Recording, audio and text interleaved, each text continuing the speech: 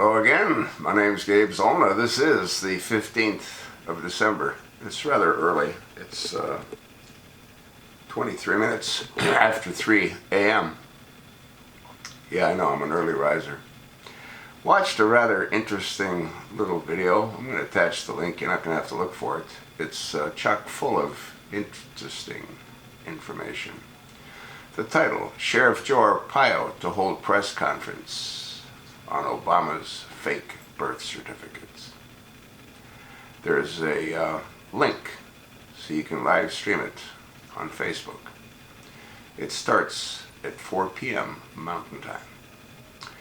Now, what you're going to hear from the Call of Duty goddess who put this up on the web, it went up again on the 14th of 2016, you're going to hear how she breaks down a whole lot of information that many people might not know. Sheriff Joe and Lieutenant Mike Zulu opened up an investigation at the request of the Tea Party, surprise Arizona Tea Party. And the investigation was focused around what the Tea Party thought was an important issue, which is that the President of the United States should never have become the President of the United States. He wasn't eligible to do so. And that opened up a whole can of worms. That can of worms is about to be opened again today. You're going to hear a little information, again, that you may not have been aware of, which is HSBC. They're a bank, and they were investigated by Loretta Lynch when she headed up the New York Attorney General's offices. And what's interesting is that not a single member of the organization was sent to prison. They did pay, I believe, a $2 billion fine. But who paid that fine? This is Call of Duty God.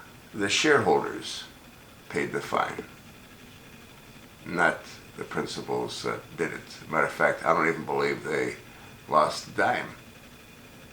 Not a dime.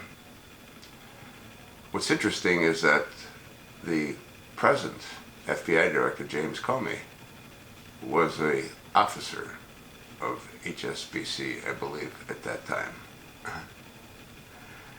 You see how it sort of all revolves around itself? And then there's the Sinaloa drug cartel. They were the ones that were using HSBC to launder money. And then we find out that the Sinaloa drug cartel received weapons, Fast and Furious weapons. That's a whole different story. When that Fast and Furious first broke, I did a whole series of videos. I think they're under Gabe Zollner, Z-O-L-N-A, that's G-A-B-E. There's 464 videos under Gabe Zollner, and I think a number of them deal with the Fast and Furious event. Eric H. Holder Jr. The congressman in California, Darrell Issa, was closing the net on Eric H. Holder Jr. And Barack Hussein Obama said, well, he didn't know about any of it until he saw it on television. Yet, there's ample evidence that that's not true. What Obama did was he took out his pen and he exerted executive privilege. By exerting executive privilege, he stopped Eric Holder's potential prosecution by Congressman Darrell Issa. The investigation was shut down. Now, the only way the chosen one could exert executive privilege is if he was involved in discussions or involved in what took place, which he adamantly denied. In other words, the executive privilege that was exerted couldn't have been and shouldn't have been exerted. And if we had an honest, truthful conflict, then Congress would have acted accordingly, but they didn't. Please, watch the video, listen to information that you may or may not have been aware of, and please be certain to tune in at 4 o'clock Pacific Standard Time on your Facebook account. I don't have one of those. I did have one. I got rid of it a few months ago. You might consider doing the same. Thanks for listening.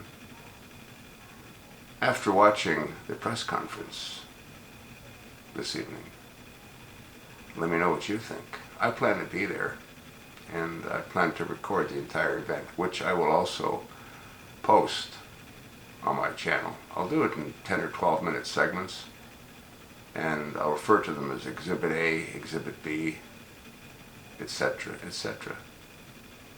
Hopefully, this will bring an end to the nightmare we've all been living. Wouldn't that be ironical if the Sergeant of Arms marched in and arrested Barack Hussein Obama and charged him for countless crimes of treason? We'll see, won't we?